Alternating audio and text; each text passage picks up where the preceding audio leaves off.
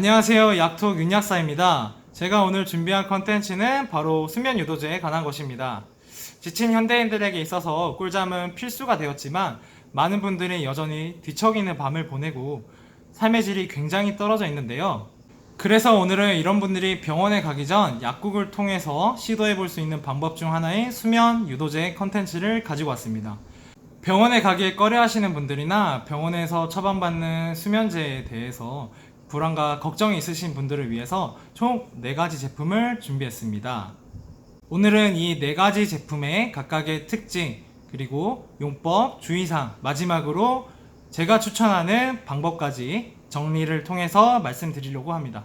제가 오늘 준비한 제품 중 첫 번째와 두 번째 제품은 간단하게 먹어볼 수 있는 수면 유도제에 대해서 말씀을 드릴 거고요. 뒤에 말씀드릴 2가지는 숙면 영양제라고 생각하시면 될 것 같습니다. 제일 첫 번째로 소개시켜드릴 제품은 바로 아론이라는 제품인데요.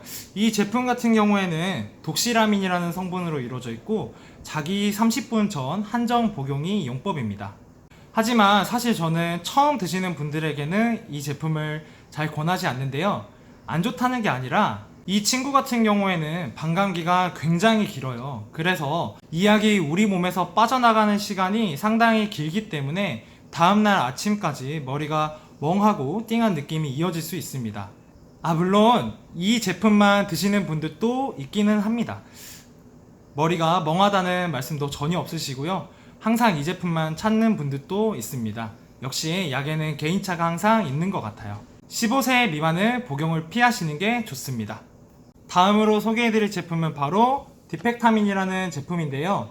이 제품 같은 경우에는 디펜히드라민 염산염이라는 성분으로 이루어져 있습니다.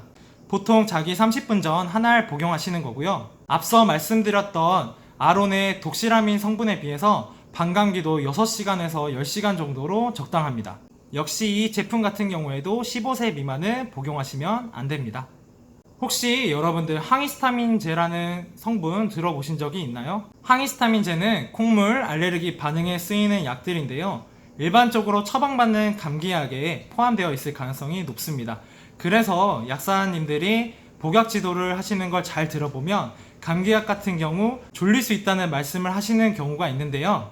이런 감기약의 부작용인 졸음 부작용을 응용한 제품이라고 생각하시면 될 것 같습니다. 히스타민은 우리의 뇌를 각성시킵니다. 그런데 항히스타민제의 성분이 들어감으로써 이 히스타민이 각성시키는 뇌의 중추를 마비시키게 되는 거죠. 그래서인지 이 녀석 같은 경우에는 단점으로 한 가지 꼽을 수 있는 게 다음날 아침에 조금 개운하지 않을 수 있다는 겁니다. 하지만 이런 거는 산책이나 음악 감상, 찬물 세수 등을 통해 극복할 수가 있는데요.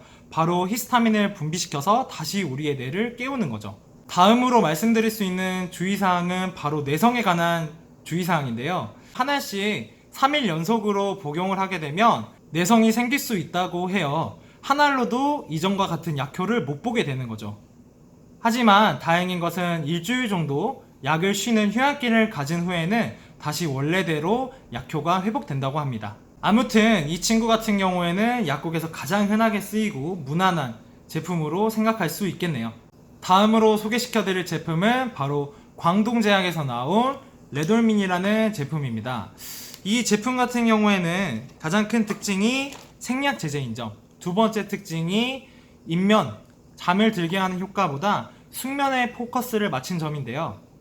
잠을 뒤척이거나 중간중간에 깨시는 분들에게 추천드리는 영양제 중 하나입니다. 또한 생약 제제이기 때문에 6살 이상의 아이의 경우도 복용할 수 있다는 점이 장점이고요. 물론 성인 용량보다 절반 용량 정도로 복용시켜주면 됩니다. 이 약은 앞서 말한 두 약들과는 다르게 잠을 깨우는 중추를 건들지 않고 잠을 자게 하는 중추에 관여를 합니다. 잠을 깨우는 중추를 건들지 않기 때문에 일어날 때 개운하게 일어날 수 있는 점이 가장 큰 특장점이라고 할 수 있겠네요. 이 친구 같은 경우에는 2주 이상 복용을 해야지 약효가 있다고 해요. 그래서 최소 포장 단위도 20알부터이고요. 물론 단기간 복용을 통해서 효과를 보신 분들도 있지만 엉망이 된 수면 사이클을 회복하는데 이 정도 시간이 필요하다고 생각하시면 될 것 같습니다. 아무튼 얘는 숙면에 포커스를 맞춘 제품이기 때문에 잠에 못 드시는 분들보다는 조금 잠을 중간중간에 깨시는 분들이 복용하면 좋겠네요.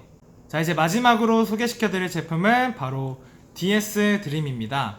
이 제품 같은 경우에는 앞서 말씀드린 레돌미처럼 수면의 질 향상에 포커스를 맞췄는데요.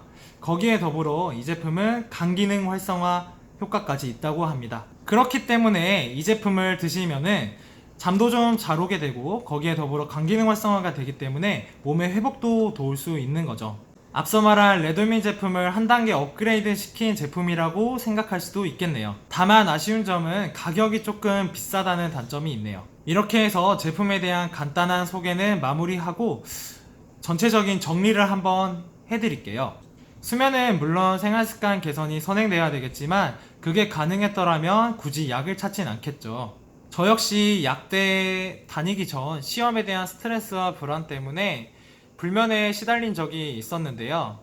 그때 처음으로 약국에 가서 수면 유도제라는 것에 대해서 알게 되고 복용을 해 보았습니다. 물론 약효가 처방받는 수면제처럼 드라마틱하게 오진 않았지만 제가 그 수면 유도제를 먹음으로써 잠에 대한 암시 효과도 있었고 또 더불어 약효가 더해지니까 조금 잠을 더 편하게 들 수 있었던 것 같아요. 그래서 여러분들 중 수면으로 인해 스트레스를 받고 잠을 막 뒤척이고 이러신다면 수면 유도제에 너무 두려워하실 필요는 없을 것 같습니다.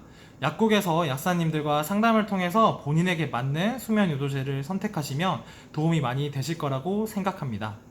저는 제품별로 이렇게 추천을 드리고 싶어요. 첫 번째로 소개시켜드린 아론정, 독시라민이라는 성분을 포함한 제품은 처음 드시는 분들은 조금 피하고 잘 맞는 분들이 복용했으면 좋겠다.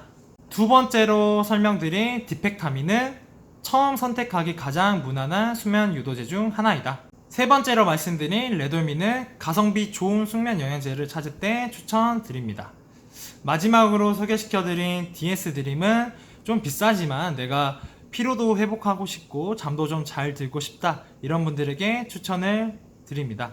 아참, 한 가지만 더 말씀드릴게요. 두 번째로 설명드린 디펙타민, 이 제품 같은 경우에는 연세가 드신 분들은 조금 피해 주시는 게 좋은데요. 디펜히드라민은 연세가 있으신 분들의 인지력을 조금 떨어뜨린다는 보고가 있었기 때문에 연세가 조금 있으신 분들은 레돌민이나 아니면 DS 드림으로 복용하시면 좋을 것 같습니다. 이상 약톡 윤약사였고요. 혹시 더 궁금하신 점 있으시면 카카오 플러스 친구 약톡 추가해서 질문 남겨주시면 성심성의껏 대답해드리도록 하겠습니다. 감사합니다. 아또